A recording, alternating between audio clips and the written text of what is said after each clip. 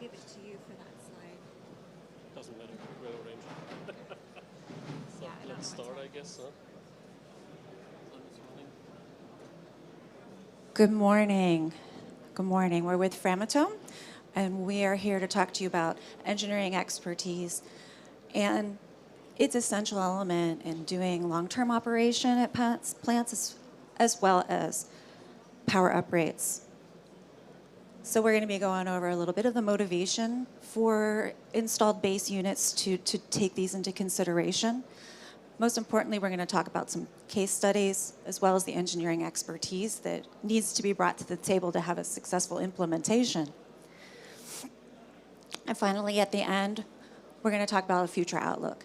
But my colleague and I are going to have a nice conversation here, and we'd like to invite you to listen in on our conversation about this topic. So, my name's Danielle Page Blair. I work with Framatome in the United States, in the state of Virginia. I have about 25 years of experience, and most recently I've been involved with power uprate projects. That's my focus for this one. Yeah, good morning, everyone. My name is Andre Zander. I'm from Framatome, Germany, and I work for Framatome for more than 20 years as a project manager, as a material expert, and now I'm the manager of the aging management and long-term operations section. So let me introduce Framatome very briefly. Yeah. As you may know, Framatome is an architectural engineer and the original equipment manufacturer of 92 power plants, and we provide to our customer dedicated, tailored engineering and service solutions, which also includes the design of nuclear plants. We supply the nuclear steam supply system. We are a manufacturer of major components and also fuel assemblies. We deal with automation systems, and we service worldwide 380 plants. Yeah. And we are 18,000 employees, yeah, on 60 sites in 20 different countries around the globe. Yeah, next one, please. So Danielle, let's talk about LTO and power uprate. So why do it? Why not? Why not do LTO and power uprates? For an installed base, there's already been a significant investment, maintenance over the years. So taking advantage of the availability of that installed plant is definitely a way to get the most out of your investment at a site, as well as reducing carbon footprint. You know, you're taking advantage to increase the longevity of that.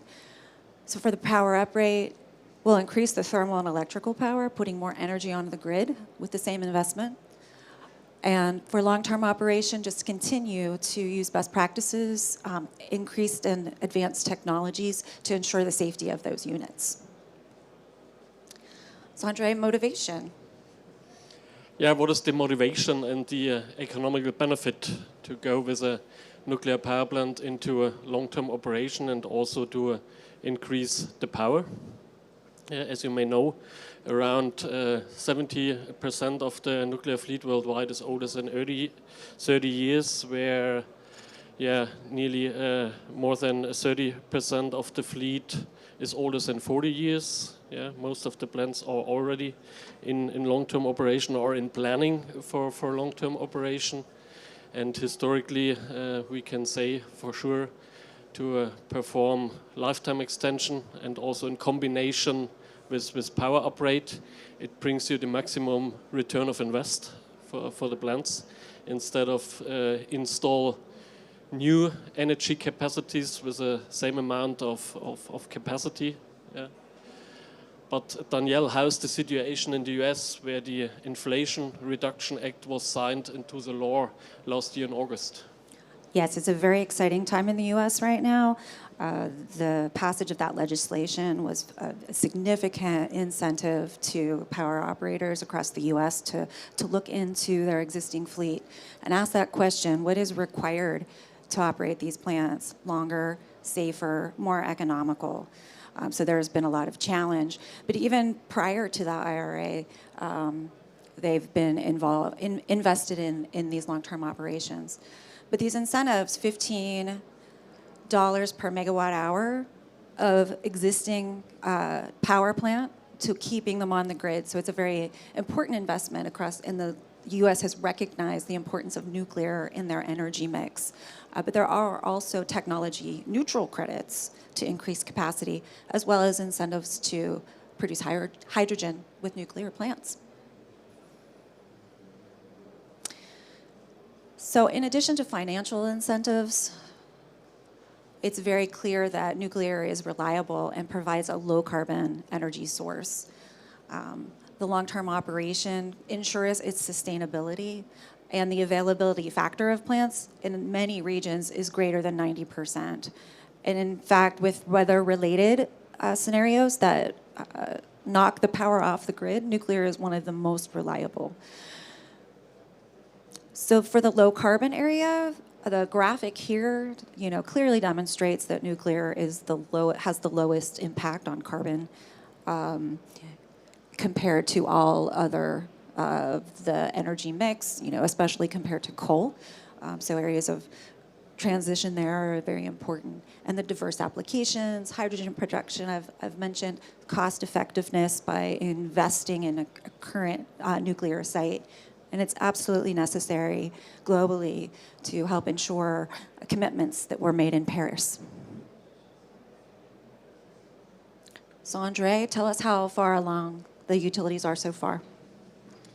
Yeah, as you may know, we have a climate change, and we have in most of the countries economical pressure. We have increasing economies, with a higher need in energy. So those countries decide for sure to go into a long-term operation with their fleet. Then we have other countries where we have smaller reactors with lower energy output. Those countries see the lifetime extension more as a bridge the gap, to build new, more efficient power plants in the near future with improved safety concept, with higher energy outputs. In order to obtain, for sure, long-term operation and to get the approval from the national regulatory body, you have to perform an intensive engineering study for the plant, which starts normally with a kind of visibility study, investment study, also to show the shareholders which investments are needed to bring the individual plant into a long-term operation. Then later on you start with a scope setting with an intensive degradation assessment called aging management review for the entire safety systems and safety related systems, followed by an aging management program development, time limited aging analysis, a report, and then at the end, for sure, hopefully you get the approval from the national regulatory body. So in Europe, how's the situation? So most of the plants are planning for long-term operation or already in long-term operation. We have two countries in Europe, in the Netherlands and in Switzerland, where they're thinking about subsequent license renewable. So we perform at the moment in the Netherlands a very intensive investment study for the plant to show which investments are needed to operate beyond 60 years. Yeah, Danielle, how's the situation in the US? Yes, in the U.S. at this point, nearly all of the operating units have already been approved for their first license renewal. Several have already submitted for second license renewal. And in fact, there's about 11 applications right now in front of the Nuclear Regulatory Commission that are under review, and 8 more that are publicly acknowledged to be planning to submit in the next couple of years. So it's a good news in the U.S. So with a lot of good news, you have to say, okay, what's the bad news? Of course, there are challenges, but that's what this conference is all about, really. All of these people coming together to offer solutions in nuclear technology and in component refurbishment. All of the many, many wonderfully talented people and the expertise that we have at Framatome, and making an investment in bringing tools that will address safety and increase safety and margin at the plants. It's also important to pay attention to the social landscape, public acceptance, and also political situations, which can be different from country to country. So with the Framatome's experience across the globe, we're in a really good position to be able to anticipate those needs, and especially with any regulations that tend to evolve in the middle of a project, which can tend to make things more complicated. But overall, Framatome, we've worked for over 60 years plus to develop solutions to enable these plants to continue to operate using state-of-the-art technology, and it's all balanced with an excellent return on investment. So Andre is going to go over the engineering expertise. Yeah, let's talk about our Framatome engineering expertise we have to fulfill, I would say, the entire scope of long-term operation studies and later investments which are needed. As we already introduced, we are the OEM of 92 plants worldwide. We service 380 plants, and based on these numbers, you can see, I would say, which strong expertise Framatome has. Yeah? We are aware, I would say, of each reactor design. We have etching experts on different fields. We have material labs in place. Yeah, if some issues occur, where we can do some additional tests if needed. Yeah, we deal with obsolescence issues, which is also a topic for long-term operation when we're thinking about equipment qualification. Yeah, the equipment is more or less at the end. Yeah, and you have to qualify new equipment. We apply also commercial grade dedication. In the US, we have an impressive, I would say, nuclear parts center available. We deal on each region with component repair and replacement, which is also a topic for long-term operation. Maybe some utilities, as the one in Coburg, decide for replacement of the steam generators. Then we deal with non-destructive examination, which is also an important topic for long-term operation, to evaluate, to search by one-time inspections, for example, how's the real conditions of my equipment. Chemistry department, which is used for time-limited etching analysis reports, for example. Monitoring and diagnostic solutions in place for active components, rotating machines, and nuclear fuel and fuel cycle design. Yeah, let's talk about the experience we have. We did a lot of, I would say, turnkey long-term operation projects around the globe, in Europe, in the US in the past, to bring the plants from 40 to 60, and also now for subsequent license renewable, as you already introduced, Danielle. Then in South Africa, we did a project which I will introduce later on.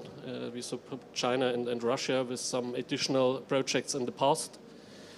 Yeah, also we as a German part formerly also supported the German fleet, which is no more a topic anymore. Anyhow, so we as Framatome are partner of EDF Gran Carnache project. And we deal also, as Danielle introduced, with power uprates to get a maximum return of invest for the utilities when they go into long-term operation. Besides this, we have also developed solutions to support the utilities with this intensive work. Yeah. We are aware, I would say, of every standard. So we did power uprates and also lifetime extension projects according to the different standards, IEA standard, the 10 CFR requirements in the US as well.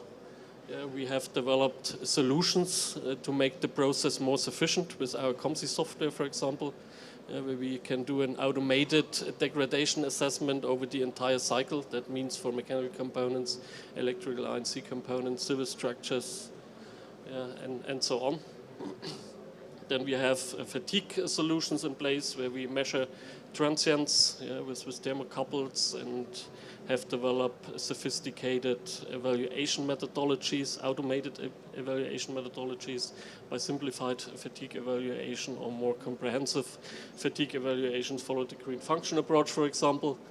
And we have also developed a very sufficient solution, our film-forming amine application, what we use, for instance, in case of long-term refurbishments, which is sometimes a topic for the CANDU units, where they go in a long-term refurbishment for more than 2 years, for example. And then we use this solution to protect the cycle against corrosion as a dry conservation. And also for plants under operation to decrease the iron increase in the steam generator by the application of this amine at the secondary circuit.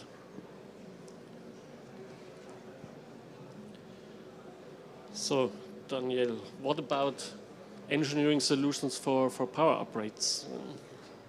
Well, we take full advantage of all of the expertise and the solutions that you were just mentioning on that previous slide. And then in the US, it's very common for a power uprate to be combined with the justifications that are required for long-term operation. So we're going to mix long-term operation with power uprates, as well as another concept, which is a measurement uncertainty recapture, which is typically a improved flow device on the main feed lines that provide more accurate flow measurements so that we can reduce uncertainties, releasing 1.6 to 1.7% of a power uprate, all with very minimal changes to the plant. As we look forward to doing the extended feasibility studies for power uprates, we leverage the expertise and the knowledge of all of the systems and components for that, very similar to what we do for long-term operation. The main difference is power uprate, maybe you need additional component replacements. You may have already needed them for long-term operation. For example, a lot of plants, their low-pressure steam generator turbine, their steam turbines have met the end of their lifetime and they're being replaced. Now's the time to consider expanding the specification for that component so that it could enable in the near future the ability to uprate the power level at that plant 5, 10%, even more, up to 17, 20% in some cases. So these 4 phases that we go through is feasibility, and the first 2 phases are really providing the budgetary estimates so that the plant can determine its return on investment. So it's really more of a financial challenge on whether they want to move forward with that. But it's an excellent way to combine to be very cost effective, increasing the value of an existing nuclear plant all while providing continuous carbon-free nuclear energy. So what do you have next? I think you're going to tell us about the Coburg case study. Yeah. Go ahead. Yeah, let's talk about one of our latest projects we did as a so-called turnkey project to bring 2 units into a long-term operation. So Coburg power plant, as you may know, located in South Africa, 2 units, 2 Framatome units, 900 megawatt. Unit 1 starts commercial operation in 1984, Unit 2 in 1985. And we, as Framatome, were contracted by Coburg to perform the lifetime extension analysis. This was done for the entire plant, I would say, for the safety-related and safety components. We did a comprehensive degradation assessment for the components. We were in a consortium with a local company in South Africa. And what was the challenge for this project? As you can see on the slide, we had to deal with 200,000 individual components, with a time period of only 2 years. And then we applied a so-called commodity approach to the analysis, that we could be more sufficient to reduce the scope on single components, to put components with the same material, same environment in one group, and did a degradation assessment for then 90,000 components.